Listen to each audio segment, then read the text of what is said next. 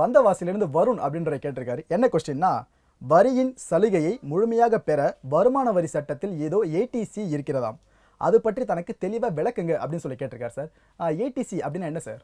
முக்கியமாக ஏடிசி என்றது salaried employees, அதாவது மாதாந்திர ஒரு இன்கம் வாங்கக்கூடிய சேலரிடு எம்ப்ளாயீஸுக்கு பெரும்பாலும் ஒரு பிரயோஜனப்படக்கூடிய ஒரு ஒரு செக்ஷனாக இருக்கிறது. இந்த ஏடிசி செக்ஷனில் முக்கியமாக நம்ம ஹவுசிங் லோன், அதாவது ஒரு வீட்டுக்கு எடுத்துகின்ற அந்த கடன், அதில் அந்த இன்ட்ரெஸ்ட் அமௌண்ட், அதாவது ஒரு வீட்டு கடனை பெறும்பொழுது மாதந்தோறும் ஒரு இஎம்ஐயை செலுத்தக்கூடிய அந்த ஒரு வட்டி விகிதம் என்றது முதல் ஏடிசியில் வருகின்றது.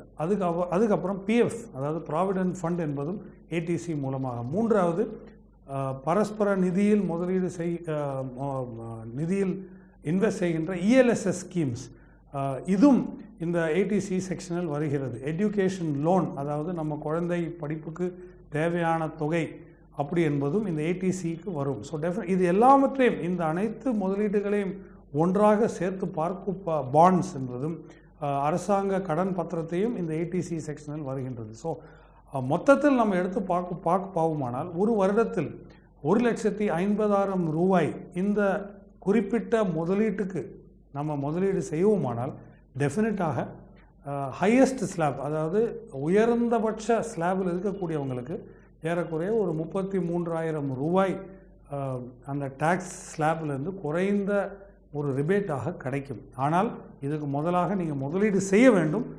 செய்கிற அந்த தொகையில் ரிபேட் கிடைக்கும் என்று தான் உண்மை. ஸோ அப் டு 1,50,000 ஒரு வருடத்துக்கு இந்த ஏடிசி செக்ஷன் மூலமாக நம்ம முதலீடு செய்ய வேண்டும். அது மாதம் நீங்கள் செய்யலாம். 6 மாதத்துக்கு ஒரு முறை இந்த செக்ஷனுக்கு போடலாம். பிபிஎஃப் மூலமாக நீங்கள் பல்க் லம்சமாக போடலாம். But for a financial year, ஒரு நிதி ஆண்டுக்கு 1,50,000 ரூபாய் இந்த செக்ஷனில் நீங்கள் முதலீடு செய்யக்கூடும். அதுக்குள்ள பலன்தான் இந்த ஏடிசி செக்ஷன் நமக்கு இன்கம் டேக்ஸ் ரிபேட்டாக தரும்.